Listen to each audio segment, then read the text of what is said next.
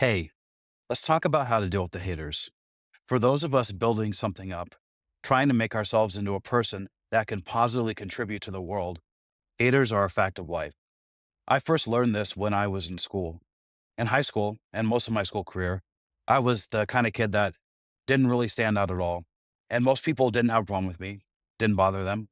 I'd walk in the class, kind of sneak in, go in maybe the third row. I was nerdy, so I wanted to be close enough that I could see what was going on in here, but I didn't want to be far enough in the front that the teacher would notice me or call on me.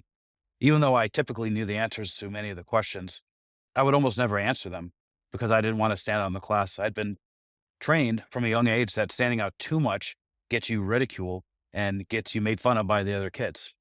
But by my junior and senior year, I grew out of this and I kind of just decided I was going to have fun and I didn't care what happened. And by the senior year, I was sitting up front. I was answering questions. I was making the class laugh. I was making the teachers have fun too. And they would bring me special things, little books that they thought I'd like or things that they thought were funny. And they would actually come to me and ask me, like, be in my class next semester. I'm teaching this class. I think you'd want to be in it. And I thought this was awesome, except for one day I was walking down the hallway and two girls who didn't see me coming apparently were in one of my classes and I didn't even know who they were, but they were talking about me and they're saying, man, I hate that guy. He's such a jerk. And they just didn't have anything good to think of me at all. And I was very surprised because I had never spoken to any of them. And I had never done anything in the class to try to make fun of anybody or be a jerk. I just was there having fun and doing my own thing. And it's that day that cemented in my reality that if you do something where you stand out, if you be your full self in front of people and you actually make a difference and in people's lives, there's going to be a certain percentage of people that just don't like you for that. And that's just how it is. There's going to be haters. And in fact, I found that the more successful I am, the more out there I am, the more people see me, the more people there are that don't like you. Now, this comes with the positive sides too. If you're doing your best to help people, as many, if not way more people that do like you.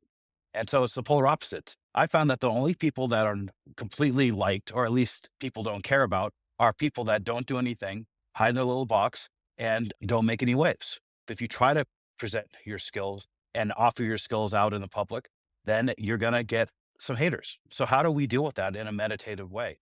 Well, there's multiple guidelines that help us. One of my favorite is the Yoga Sutras of Patanjali. He says, when you begin to feel negative emotions, the cure to that is to foster the opposite positive emotion in your awareness.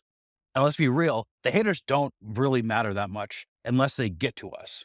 If they're out there doing their thing, you have no idea about it, then just let it go. Don't chase them down. Except maybe if you're trying to get feedback, and sometimes haters can be excellent feedback if you can hear what they're saying without having a strong negative emotional reaction. The problem is when we hear like, oh, this sucked about that, and you do this, and I don't like that.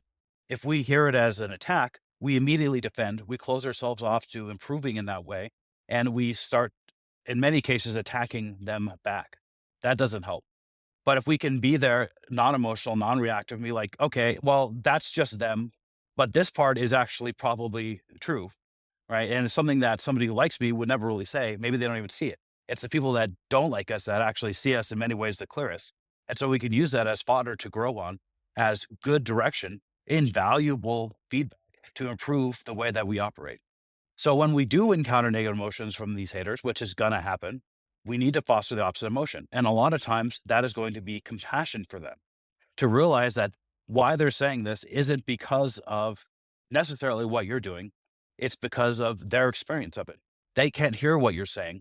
You may have opened up and been very pure, very honest, and you're not a perfect person, but they may have been reacting to it in a negative way because that's how they've been reacting to it in their life. Their parents put them down, their friends put them down. And so they reactively do that to everybody around them.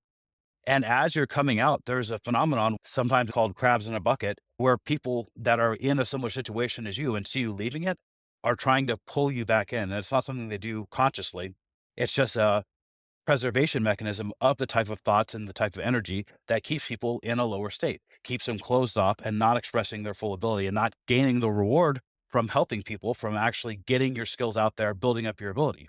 And when you see them like that, almost as like children that are lashing out because that's all they know, then you can look at that feedback and say, okay, well, that's what that is. And that's okay. And in fact, I hope I see a lot more of it because that means my message is getting out there. and it's touching people. And I'm actually having a polarizing effect. And I'm building group of people like me just as quickly as I'm building a group of people that don't care for me. And that's good. Patanjali also gives another set of guidelines, which is something that I've tried to enact every day in my life. He says to purify the mind, you take these four actions.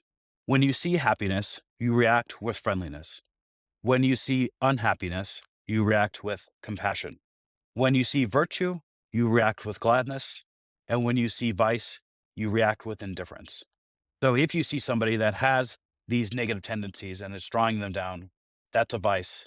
And so the best thing you could do is give them compassion for their hate and then indifference for their negative sides. And when you see somebody that has 99% negatives, but 1% positive, you focus on that. You give them gladness for that. You say, thank you. That is really good what you've been doing there. Or that virtue that you have, keep it up. I really appreciate that you did that. And you don't mention any of the other things. And let's be clear, this is not necessarily for their benefit, although it does benefit them. The point of doing this is for yourself. It's to clear your mind. It's to keep your mental processes acute, to keep them focused, to keep your motivation up, to keep your energy high.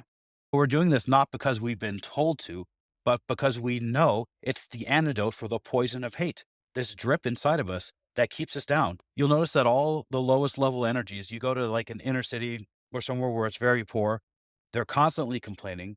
They're constantly trying to keep each other down, put each other down. If you go to somewhere where it's full of people who have had success or are continuing to build themselves up, only see opportunities. They bring people up. They see what somebody's doing and say, okay, that's not perfect, but I like where you're going with that and you'll get there. It might be tough, but you will get there. And that mindset is the key to success.